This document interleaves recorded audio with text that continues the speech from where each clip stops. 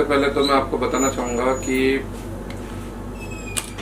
Freedom of speech ये हमारे भारतीय संविधान में एक शब्द है कि हर आदमी को स्वतंत्रता है अपनी बात रखने की, कुछ कार्य करने की, बट इसका दुरुपयोग किया जा रहा है।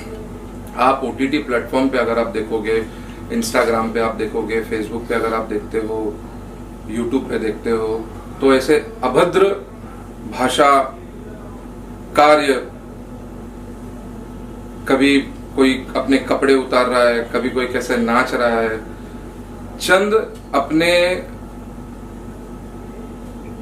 फायदों के लिए कह सकते हैं, या अपने आप का नाम कमाने के लिए लोग क्या क्या नहीं कर रहे हैं। तो ये बहुत गलत चीज है ये।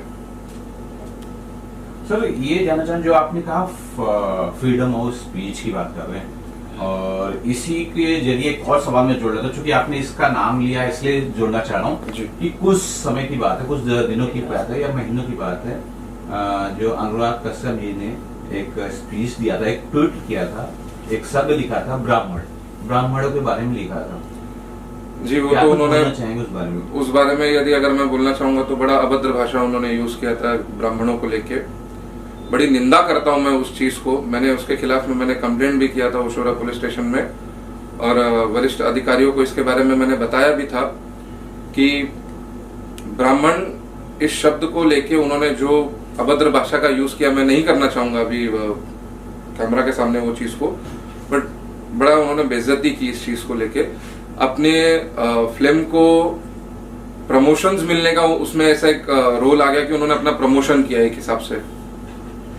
सर एक चीज की मैं आपकी सराहना करता हूं, और मुझे इस बात की खुशी है कि कोई अच्छा इंसान मेरे सामने खड़ा है, क्योंकि जो विरोध किया गया अनुराग कश्यप का, उनकी मां को लेकर गाली दी गई थी, जो पर्सनली अगर मैं सोचूं तो आप निंदा किसी की कर सकते हो, किसी की मां को लेके इस तरह की गाली नहीं, जो कि आपने अभी जो कि ऐसी भाषा का प्रयोग नहीं किया, आप निंदा कीजिए उस व्यक्ति का। लेकिन ऐसे लोग जो इस तरह की भाषा भी यूज करते हैं, क्या वो सही है? नहीं, बड़ी निंदनीय चीज है। हम हमारी संस्कृति, हमारी सभ्यता, ये सब भूलकर लोग जोश में आके होश खो बैठते हैं, अक्सर मैंने ऐसा सुना है। और किसी के माता और पिता को गाली देना ये तो बहुत गलत चीज है। यदि अगर आपको ऐसा लगता है कि सामने वाले व्यक्ति ने या कोई महिला ने या कोई पुरुष ने या किसी संस्था ने अगर कुछ गलत बोला है समाज को लेके या किसी व्यक्ति को लेके, तो आप सामाजिक तौर पे आप उसकी कंप्लेंट कर सकते हैं डिपार्टमेंट को। उसके लिए कंसर्न डिपार्टमेंट बने, आप उनके खिलाफ कंप्लेंट करें, कोर्ट में जाए, बट किसी को अभद्र भाषा यूज करना वो सही नहीं है। सर अब मैं अपने मूल क्वेश्चन पे आता हूँ कि जो हाउस अरेस्ट चल रहा है और उसके क्लिप जो है यूट्यूब पे, फेसबुक पे, यानी सोशल मीडिया के जरिए उसका एक प्रमोशन हो रहा है। छोटे छोटे क्लिप्स हैं जिसमें लड़कियों के जो ऊपर के कपड़े हैं वो उतारने हैं, या फिर हम ये कहें कि उनको सेक्स पोजीशन की बातें हो रही है। इस तरह के जो सीरियल्स आ रहे हैं या वेब सीरीज आ रहे हैं, तो इस पे आप क्या कुछ बोलना चाहिए और इससे किस तरह से रोका जाए? आप एक सामाजिक कार्यकर्ता हैं, तो कुछ बता सके कि किस तरह से हम रोक सकते हैं? जी, सबसे पहले तो मैं बताना चाहूंगा कि ये जो एक्टर हैं, मेरे ख्याल से एजाज खान, इन्होंने ये जो हाउस अरेस्ट करके ये जो शो जो चालू किया है ओटीटी प्लेटफॉर्म पे, ये बड़ा ही एकदम शर्मनाक शब्दों का उन्होंने उपयोग किया है इसमें। एक पिता होने के नाते मेरे बच्चे, अगर मैं बताऊं, मेरे बच्चे कभी यूट्यूब पे पढ़ाई के लिए कुछ अगर सर्च करते हैं, आज मुझे खुद को देख के इतना शर्म महसूस हो रहा है कि एक व्यक्ति किसी महिला को यह बोलता है कि आप अपने कपड़े उतारिए। और ऐसे बहुत से शब्द हैं जिनको मेरा कहना सही नहीं माना जाएगा, क्योंकि जब एक व्यक्ति गलत करता है तो उसके साथ में दूसरे व्यक्ति ने वो शब्दों को दोहराना नहीं चाहिए। और बड़ी निंदनीय चीज है, महिलाओं को लेके भी इसमें महिलाओं का अपमान हुआ है, हमारे संस्कृति का अपमान हुआ है। आप कैसे बोल सकते हैं? मतलब आप अपने फायदे के लिए, आप कुछ अपने आप का नाम कमाने के लिए अगर कल को आप कुछ भी कर सकते हो, चंद खाली अपने पीआर के लिए आपने कुछ भी अपना मनगढ़ंत कुछ कहानी बना के आप ऐसे करोगे, बहुत ही निंदनीय चीज है, बहुत ही निंदनीय है। सर एक चीज ये समझना चाहूँ, क्योंकि आप सामाजिक कार्यकर्ता हैं, समाज का ज्यादा ज्ञान है, ऐसा क्या रीजन है कि कहाँ हमारे समाज में टूटी हो जा रही है? क्योंकि एक अभी कुछ शो चल रहा था और उसमें माँ को लेके कुछ शब्दों का गलत प्रयोग हुआ, पूरा हिंदुस्तान एक हुआ और उन लोगों को यहाँ से भागना पड़ा, पुलिस कंप्लेन हुई, मोर्चे भी हुए।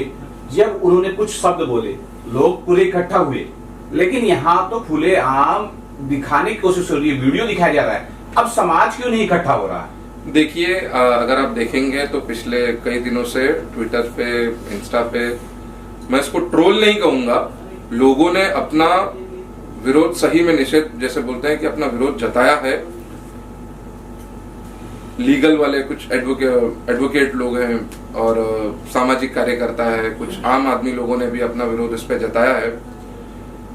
लेकिन इस चीज पे रोक लगना बहुत मुश्किल है, क्योंकि कहीं ना कहीं सरकार इस चीज को लेके अपना प्रॉपर एक प्लान नहीं कर पा रही है।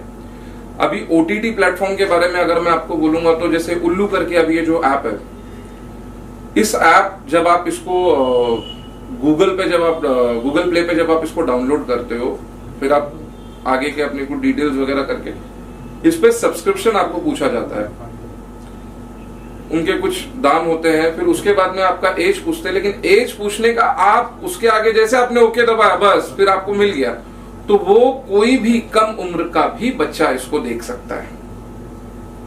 इसमें ना आपको आपका आधार नंबर ना पूछा गया है, इसमें कोई डिटेल नहीं, कोई गवर्नमेंट आईडी नहीं पूछी गई है, सीधा सीधा आपने सब्सक्रिप्शन लिया, बस आप उसको प्लेटफॉर्म पे आप देख सकते हो। बड़ी शर्मनाक बात है ये। सर दो सवाल तो भी मैं जानना चाहता हूँ कि हर एक जो इंडस्ट्री है, चाहे हमारे फिल्म की इंडस्ट्री है, मनोरंजन की इंडस्ट्री है, उसमें एक्टरों की एसोसिएशन होती है, प्रोड्यूसर को एसोसिएशन होती है। क्या ऐसी जगह सामाजिक कार्यकर्ता या फिर वकील या फिर किसी जरिए दबाव बनाकर ऐसे लोगों को बैन किया जा सकता है? क्योंकि जैसे जिन एक्टर का आपने नाम लिया, उनका जो बैकग्राउंड है, जो पिछला रिकॉर्ड है, वो गुनहगारों से भरा हुआ है, उनके ऊपर काफी धाराएं लगी हैं और वो जो हवालात में भी गए हैं। ऐसे लोगों क्या इस तरह भी बैन किया जा सकता है? जी, उनको बैन किया जा सकता है, अगर सरकार चाहे तो क्या नहीं हो सकता है। मिनिस्ट्री ऑफ ब्रॉडकास्ट के द्वारा भी इनको बैन किया जा सकता है, और सूत्रों से मुझे जो खबर मिली है कि नेशनल वुमेन काउंसिल ने NWC ने इनको समन्स भी भेजा हुआ है। सरकार कहीं ना कहीं मुझे ऐसा लगता है कहीं पीछे पड़ जाती कि जब जैसे ही कोई व्यक्ति कोई वीडियो अपलोड कर देता यूट्यूब पे, देखिए यूट्यूब को भी इस पे एक चीज अमल करनी चाहिए, देखनी चाहिए कि जैसे वीडियो अपलोड हुआ, अगर वो अपने एंड से अगर वेरीफाई कर ले कि कंटेंट प्रॉपर है या नहीं है, तो उसको डिलीट भी किया जा सकता है।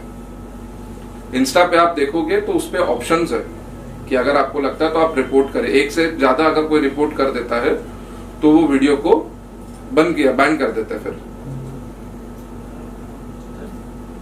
सर फाइनली अगर बता सके कि जो हमारे पेरेंट्स हैं अपने बच्चों को ऐसे वल्गर और ऐसे जो अश्लील चीजों से कैसे बचे?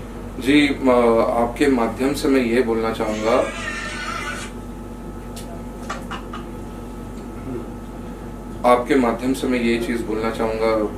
मैं खुद भी मेरे 3 बच्चे हैं और सब समाज को यही मैं कहना चाहूंगा कि बच्चों के हाथ में आप मोबाइल पहली बात तो आप मत दीजिए, क्योंकि आज का जो समाज जिस तरीके पे जो चल रहा है ना, ये आने वाले वक्त में बच्चों को एकदम खोखला कर देगा। हम पढ़ाई के लिए उनको देते हैं, चलो बच्चा रो रहा है तो हमने मोबाइल थमा दिया कि थोड़ा आप गाना सुन लो बेटा, थोड़े कुछ कार्टून देख लो।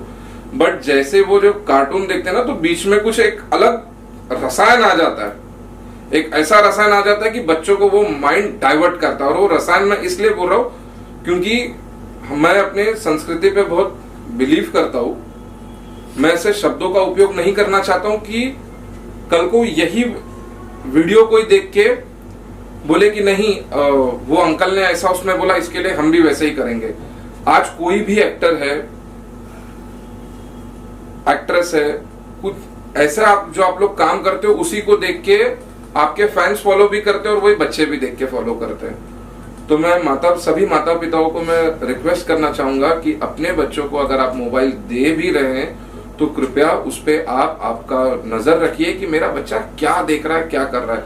ऐसे बहुत से एप्लीकेशंस है जिसको थर्ड पार्टी आप डाउनलोड करके कि मेरा बच्चा मूवी में क्या, मोबाइल में क्या देख रहा है, कौन सी मूवी देख रहा है, कि वो किससे चैट कर रहा है, कि वो इंस्टा पे क्या अपलोड कर रहा है। ये माता पिताओं ने भी थोड़ा रोक लगाना चाहिए बच्चों पे। अगर आप देखोगे इंस्टाग्राम पे छोटे छोटे बच्चे कपड़े पहनकर कैसे नाचते हैं, तो बड़े जैसा बड़े करते हैं वैसा छोटे भी करते हैं, उसको फॉलो करते हैं।